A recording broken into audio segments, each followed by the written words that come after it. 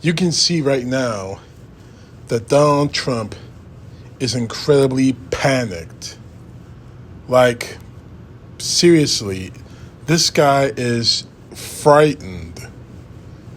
I mean, he goes around, struts and pumps his chest every time he goes on a rally, saying they're after you, I'm just in the way, whatever the other bullshit he's doing.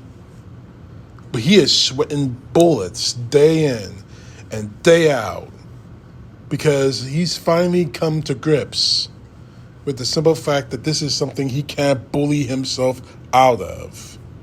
That he can't walk around and say, I'm the man, I'm strong, I'm powerful, I'm the man.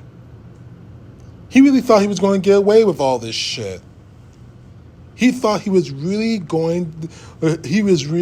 bulletproof, calling himself the Teflon Don. He thought it would never come this far. But we have 5 court cases, 74 total felony indictments, and the worst crimes are about to come with new indictments any time. I mean, if it were you or me, someone who's normal, and I don't use that word as saying that he was president of the United States, but anyone who was of common sense, if we were someone normal, we would get it through our heads that this is not a joke. Sooner or later, Donald Trump is going to realize that this whole thing is not a joke. And the sick part about it is, every time they come after me, my poll numbers will go up and I'm going to be president again. No, you're not. This is not going to help you at all. Because to the common sense voter, and especially the independent voters, they're not going to see you as a former president who lost an election. They're going to see you as nothing more than a fucking criminal who tried to grab power and stab this country in the back. Nobody in the MAGA, regardless if it's Mary Jean Taylor Greene or Matt Gaetz or Ted Cruz or any of those people, are going to be able to help you. Regardless of how many hearings they're going to have about Hunter Biden trying to smear his name, no matter how many nude photos they show in the halls of Congress, none of that is going to help. What little support you had, that Donald Trump has now, compared to when January 6th happened, is nowhere near the votes he needs to win the election, and certainly nowhere he needs the votes to fight an insurrection. Let's just get the facts straight right now before I close this out. He knows he's fucked. He knows he has no defense in any of these cases. He may be able to wiggle out of one of them. He may be able to wiggle out of 2 of them. He's not going to be able to dance after all 5. Maybe 6 if the January 6th attack goes through with indictments. The only chance he has of not dying in prison is if he gets on the plane and goes to Russia or North Korea. But the fact is, what else has he got to offer them? Unless he has more classified documents to give them. Quite simply, and quite honestly, the real tragedy to the whole situation we're in now with Donald Trump, our country being torn completely apart between Americans and the MAGA, between people saying that unless you support Trump 100%, you're not only wrong, you're the enemy.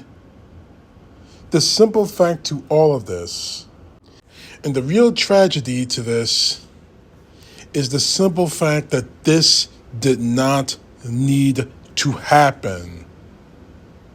This didn't need to happen. None of this had to happen. But the real problem is, it's not Jack Smith's fault, the special prosecutor. It's not my fault as an American citizen who voted against him twice in 2016 and especially in 2020. It's not the American people's fault. It's not some gigantic dark web, dark horse, whatever the crap QAnon is talking about. It's not a huge conspiracy against Donald Trump. All of this was done because of one person and one person only. And that person is Donald fucking Trump. This didn't need to happen, but Donald Trump made it happen. He could have took the loss and said, I'll be back in 2024. But he didn't. He pushed an insurrection on this country that resulted in police officers being assaulted, one committing suicide, and then one of his own acolytes getting herself killed because she listened to the lies. This didn't need to happen, but because of a phone call he made to a Secretary of State to help him find votes for him to swing the election back towards him, he's facing charges of election tampering. And now people are coming out of the woodwork talking about all this. And the worst part ever on all this, the documents that are putting our nation's guardians, our soldiers, our sailors, Marines, airmen, Coast Guardsmen, and Space Guardians, national intelligence analysts and agents in the field at risk. None of this had to happen if he had just told the damn truth and given back the documents. But instead of doing what should have been the most easiest thing of all, he decides to act the fool and lie, prompting the federal government to get back the documents by a search warrant. And now it's being revealed that he may have shown these classified documents to other people that weren't cleared to see those documents in the first place. He's dug himself a very huge grave. And it's only a matter of time before he puts himself in it. This didn't need to happen, Trump. This did not need to happen at all. And the sad part about it is, you know it didn't. You could have just walked away and maybe, just maybe, you would survive public humiliation. But now, you made the bed, Trump. Now it's time for you to lie in it. CTP, know the truth. God bless. Peace to the left, justice to the right.